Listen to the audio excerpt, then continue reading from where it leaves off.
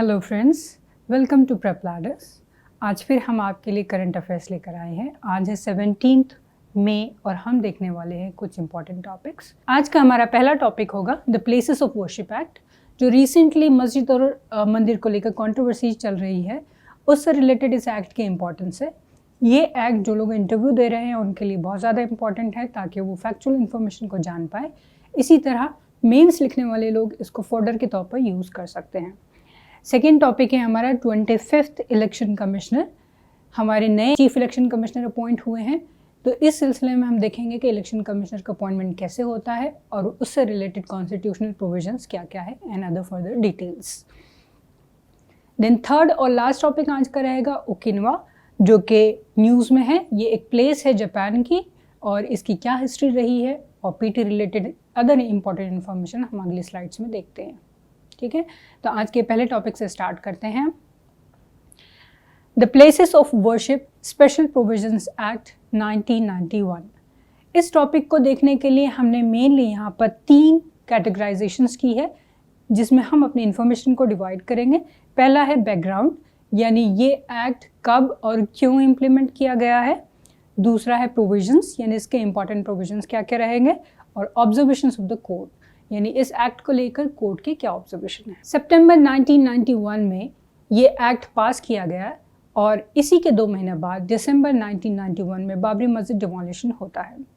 तो इसी कॉन्टेक्स्ट में इस एक्ट को इनैक्ट किया गया ताकि उस वक्त जो कंट्रोवर्सी हो रही थी, जो बॉयल चल रहा था, उसको किसी तरीके से कंट्रोल किया जा सके। अब हम इसके कुछ इंपॉर्टेंट प्रोविजंस देखते हैं। यूँ तो एक्ट में बहुत सारे प्रोविजंस हैं, लेकिन हमारे लिए जो इम्पॉर्टेंट होते हैं वो यहाँ स्क्रीन पर मेंशन्ड है। इसमें जो सेक्शन 3 मेंशन्ड है, ये सेक्शन 3 किसी भी रिलीजियस प्लेस को उसके एग्जिस्टिंग फॉर्म से पार्टली या फुल्ली कन्वर्जन करने पर बैन लगाता है। इस सेक्शन 3 में मेंशन्ड है कि कोई भी रिलीजियस प्लेस जो अभी करंटली जिस फॉर्म में है उस फॉर्म से किसी और फॉर्म में कन्वर्ट नहीं की जा सकती है। इसमें फर्दर डिटेल्स में ये लिखा है कि इवन सब डिनोमिनेशन में भी इसका कन्वर्जन नहीं हो सकता। जैसे फॉर एग्जांपल, अगर कोई सुन्नी मॉस्क है तो उसे शिया मॉस्क में, या अगर कोई हिंदू टेम्पल है तो उसे जैन टेम्पल में कन्वर्ट नहीं किया जा सकता है। ये सेक्शन 3 कहता है। सेक्शन 4(1) एक डेट मेंशन करता है 15 अगस्त 1947, यानी हमारा जिस दिन इंडिया आज़ाद हुआ था, द डेट ऑफ इंडिपेंडेंस। इस दिन जिस फॉर्म में जो रिलीजियस प्लेसेस है, it will continue to stay in that form. ये कहता है सेक्शन 4(1). सेक्शन 4 का सब पार्ट 2 मेंशन करता है कि अब इस कंट्रोवर्सी से रिलेटेड या रिलीजियस प्लेसेस से कंट्रोवर्सी से रिलेटेड कोई भी नया केस फाइल नहीं किया जाएगा और जो ऑलरेडी एग्जिस्टिंग केसेस है उसे डिस्पोज ऑफ किया जाएगा। लास्ट और इम्पॉर्टेंट सेक्शन हमारे पास आता है सेक्शन 5। सेक्शन 5 में एक एग्जेम्पशन मेंशन्ड है। सेक्शन 5 कहता है कि ये लॉ सभी केसेस में अप्लाई होगा एक्सेप्ट राम जन्मभूमि / बाबरी मस्जिद केस। ये एक हॉटली डिबेटेड केस था और उस वक्त सुप्रीम कोर्ट में चल रहा था, काफ़ी टाइम से चल रहा था, तो इसको सडनली ब्लॉक करना या ख़त्म कर देना इम्पॉसिबल था, इसलिए ये एक एग्जेम्पशन डाला गया था। बाकी जो तीनों सेक्शंस है, ये सेक्शंस इसी बात को कहते हैं कि 1947 अगस्त 1947 में जिस स्टेट में पर्टिकुलर रिलीजियस प्लेस थी, it will continue to stay in that form. ठीक है, तो ये हमारे पास 4 इंपॉर्टेंट सेक्शंस है जो आप इंटरव्यू में while putting your own views या ओपिनियंस यूज़ कर सकते हैं। ये एक फैक्चुअल इन्फॉर्मेशन है, इसमें कोई भी पर्सनल व्यूज़ नहीं डाले गए हैं। आगे हम इसी टॉपिक में फर्दर डिटेल्स देखते हैं। Observations of the supreme court. देखिए, सुप्रीम कोर्ट के सामने कई बार इस एक्ट को चैलेंज किया गया है और अभी भी कुछ प्लीज इस एक्ट को चैलेंज करते हुए सामने हैं। लेकिन रिसेंटली लास्ट ईयर जो राम जन्मभूमि जजमेंट पास किया गया है, उसमें सुप्रीम कोर्ट ने कुछ अपने ऑब्जर्वेशंस दिए हैं, जिसमें एक स्टेटमेंट आपके सामने है। इसके कुछ कीवर्ड्स मैं आपको बताती हूँ ताकि आपको एसेंस ऑफ द जजमेंट समझ में आ जाए। सुप्रीम कोर्ट ने कहा है कि ये जो एक्ट है, it is providing for preservation of the religious character of the places as they existed on 15th August, जो हमने अभी थोड़ी देर पहले देखा है कि indirectly provision में mentioned है, and it is against the conversion of the places of worship, यानी किसी भी पर्टिकुलर प्लेस को किसी और प्लेस में कन्वर्ट नहीं किया जाएगा. Parliament determined that the independence from the colonial rule furnishes a constitutional basis for healing the injustice of the past. इस बात में कोई डाउट नहीं है कि इन्वेडर्स ने इंडियन ओरिजिन के प्लेसेस ऑफ वर्शिप को अपने प्लेसेस ऑफ वर्शिप में कन्वर्ट किया है, लेकिन इस कंटिन्यूसली कॉम्प्लेक्स कंट्रोवर्सीज को एंड करने के लिए ये एक्ट एक हीलिंग की तरह काम करता है. यानी जो जख्म माजी ने लगाए हैं, जो जख्म हिस्ट्री ने लगाए हैं, उसे भरने का काम ये एक्ट करता है. इसके आगे सुप्रीम कोर्ट ने फर्दर कहा है कि it provides confidence to every religious community that their places of worship will be preserved. These views of the Supreme Court can be directly used in your essay writing, answer writing or in your answers of interview. यहाँ पर हमारा places of worship act खत्म होता है.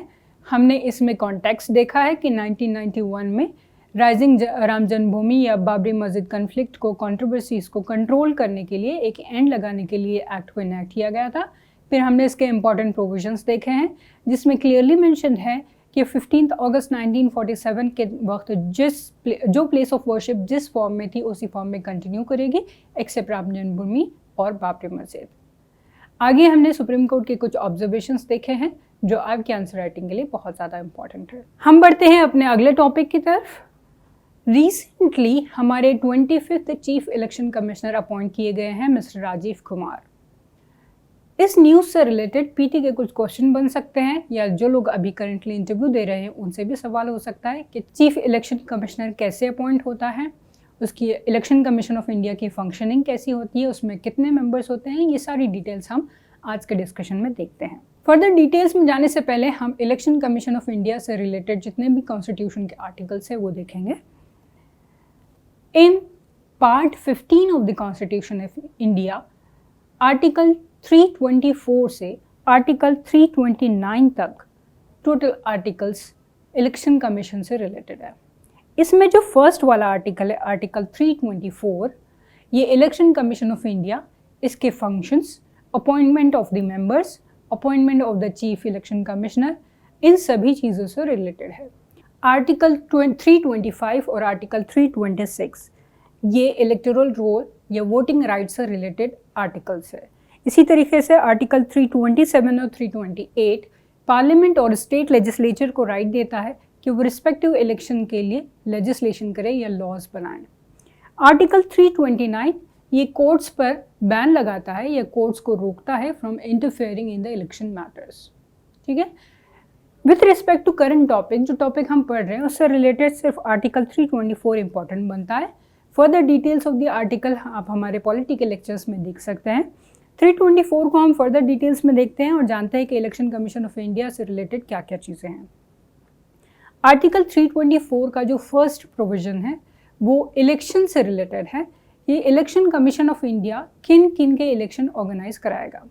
देखिए UPSC में इस तरह के क्वेश्चन पूछे जाते हैं तो यहाँ पर बेसिकली 3 चीज़ें मेंशन है जिसके Election Commission of India conduct करेगा. सबसे पहला है द पार्लियामेंट, दूसरा है state legislature of every state, third है election to the offices of president and vice president. ठीक है. अगर आपको क्वेश्चन पूछा जाता है कि which of the following elections are conducted by the Election Commission of India, तो उसमें आप ये 3 चीज़ों को ज़रूर देखिएगा. Parliament, state legislatures and president and vice president election. ठीक है. इसी आर्टिकल का सेकेंड पार्ट कहता है कि Election Commission of India shall consist of 1 chief election commissioner. ये मस्ट पार्ट है. और इसी का सेकेंड पार्ट है such number of election commissioners, यानी other than chief election commissioner उसमें कुछ इलेक्शन कमिश्नर्स भी हो सकते हैं. कितने हो गए? It will be decided by the president. और प्रेसिडेंट ये कैसे डिसाइड करेंगे? By law made by the parliament. ठीक है. पार्लियामेंट के लॉ के हिसाब से ये डिसाइड होगा कि इलेक्शन कमीशन में कितने मेंबर होंगे. ठीक है. तो ये मेन प्रोविजंस थे हमारे आर्टिकल 324 के. अब हम इसकी फर्दर डिटेल्स और देखते हैं. Constitution of election Commission of India. Election Commission of India कैसे कॉन्स्टिट्यूट किया जाता है? ओरिजिनली यानी इंडिपेंडेंस के बाद जब हमारा कॉन्स्टिट्यूशन इम्प्लीमेंट किया गया और फर्स्ट इलेक्शन कंडक्ट किया गया तभी से हमारे पास सिंगल मेंबर इलेक्शन कमीशन था. यानी सिर्फ चीफ इलेक्शन कमिश्नर हुआ करता था। लेकिन 1989 में election commissioner amendment act implement किया गया और इसके अकॉर्डिंगली इस बॉडी को मल्टी मेंबर बॉडी बनाई गई है और ये कंटिन्यू करता है अभी तक। हमारे पास 1 चीफ इलेक्शन कमिश्नर है और 2 इलेक्शन कमिश्नर्स हैं। ठीक है, अपॉइंटमेंट कौन करेगा? अपॉइंटमेंट बाय द प्रेसिडेंट, जो हमने अभी कुछ देर पहले आर्टिकल 324 में देखा है। टेन्योर कितना होगा? 6 ईयर और 65 ईयर्स ऑफ द एज, यानी एक पर्टिकुलर मेंबर जो कि CEC या EC बनाया गया है वो 6 साल तक सर्विस दे सकता है अनलेस एंड अनटिल इससे पहले उसकी एज 65 ईयर्स की हो जाए। ठीक है, और रिमूवल की अगर हम बात करें तो रिमूवल CEC का रिमूवल सुप्रीम कोर्ट के जज के सिमिलर प्रोसेस में होता है। याद रखिए यहाँ पर रिमूवल प्रोसेस में डिफरेंस है। CEC का removal similar to Supreme Court जज होगा, यानी थ्रू पार्लियामेंट्री प्रोसीजर होगा, लेकिन इलेक्शन कमिश्नर्स यानी जो दो हमारे पास इलेक्शन कमिश्नर्स है, इनका removal on the recommendation of CEC होता है। ठीक है, ये डिफरेंस को आप याद रखिए। अगर आपको आर्टिकल 324 जो हमने पिछली स्लाइड में देखा है वो याद होगा तो आपने नोट किया होगा टेन्योर और रिमूवल ऑफ EC या CEC आर्टिकल 324 में मेंशन नहीं है। It is done by the law of the parliament. ठीक है, तो ये एक लेजिस्लेटिव प्रोविजन है, नॉट अ कॉन्स्टिट्यूशनल प्रोविजन। यहाँ हमारा इलेक्शन कमीशन ऑफ इंडिया या अपॉइंटमेंट ऑफ इलेक्शन कमिश्नर वाला टॉपिक कंप्लीट होता है और अब हम अपने अगले टॉपिक की तरफ बढ़ते हैं जो कि प्लेसेस में आएगा, ओकिनावा। तो ओकिनावा जापान का एक प्रीफेक्चर है। इसकी हिस्ट्री कुछ अच्छी नहीं रही है। ड्यूरिंग वर्ल्ड वॉर 2 जब US और जापान की वॉर चल रही थी तो जापान ने किसी तरीके से US को पीछे पुश किया। At that time US troops landed on Okinawa, तभी से US का ओकिनावा पर कंट्रोल ज़्यादा था। Then after 7 years of controlling Okinawa, US government ने ओकिनावा को मेनलैंड जापान से अलग कर दिया, यानी एडमिनिस्ट्रेटिवली अलग कर दिया। और फिर यहाँ पर US का कंट्रोल चलता है 1972 तक, ऑलमोस्ट फॉर 27 years। रिसेंटली ये फिर से न्यूज़ में था क्योंकि US के कंट्रोल से बाहर आकर दोबारा जापान का पार्ट बन जाने के बावजूद भी इस आइलैंड पर मिलिट्री प्रेजेंस अभी भी कम नहीं हुई। और ये कम क्यों नहीं हुई ये आपको मैप देखकर समझ आएगा। तो इस पर पीटी में क्वेश्चन आ सकता है क्योंकि प्रीलिम्स में इस तरह के क्वेश्चंस पूछे गए हैं। Controversial places, islands, disputed areas, tribes, इस तरह के जो क्वेश्चंस आते हैं उसी कैटेगरी में इस पर क्वेश्चन आ सकता है कि व्हाट इज ओकिनावा या where Okinawa is a state, या match the following. Particular island का नाम दिया होता है और उसके साथ आपको कंट्रीज के नाम दिए होते हैं और आपको मैच करना होता है। ठीक है, तो ये प्रीलिम्स से रिलेटेड इंपॉर्टेंट टॉपिक है ओकिनावा। अब यहाँ पर आप मैप देखिए, ये जूम्ड इन मैप है जिसमें आपको यहाँ पर ओकिनावा दिखाई दे रहा है। इसके ऊपर अगर आप देखेंगे तो ये जापान है और ये जापान ही के कंट्रोल्ड आइलैंड्स हैं। नीचे ताइवान है और इस साइड से चाइना है।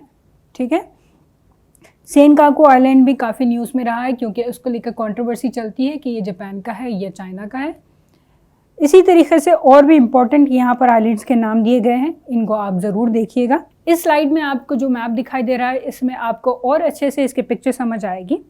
यहाँ पर ओकिनावा प्रीफेक्चर है और इसी का फर्दर डिटेल्स दी हुई है, कौन कौन से इसमें एडमिनिस्ट्रेटिव रीजन्स है और इसका एक जो ब्रॉडर पिक्चर है वो यहाँ आपको दिखाई देगा। यहाँ पर ये ओकिनावा आपको दिखाई दे रहा है। इसके नॉर्थ में आएगा जापान मेनलैंड और इस तरफ से है साउथ कोरिया, ईस्ट को आएगा चाइना और ईस्ट चाइना सी और नीचे की तरफ आता है सेनकाकू आइलैंड, इस तरफ है पैसिफिक ओशन। तो ये जो एक जोग्राफिकल लोकेशन यहाँ पे पूरा दिखाई दे रहा है इसको ज़रूर याद रखिएगा। और ये भी याद रखिए ओकिनावा के साउथ वेस्ट की तरफ आता है ताइवान। ठीक है, तो ये जोग्राफिकल लोकेशन ज़रूर याद रखिएगा। मैपिंग या मैच द फॉलोइंग में प्रीलिम्स में इस पर क्वेश्चन पूछे जाते हैं। तो आज का हमारा लास्ट टॉपिक यहाँ ख़त्म होता है। Hope you enjoyed the session. Further current affairs से कनेक्टेड रहने के लिए हमारे चैनल को ज़रूर सब्सक्राइब करें और डेली न्यूज़ से अपडेटेड रहें। Thank you. Subscribe and press the bell icon so you never miss an update from PrepLadder.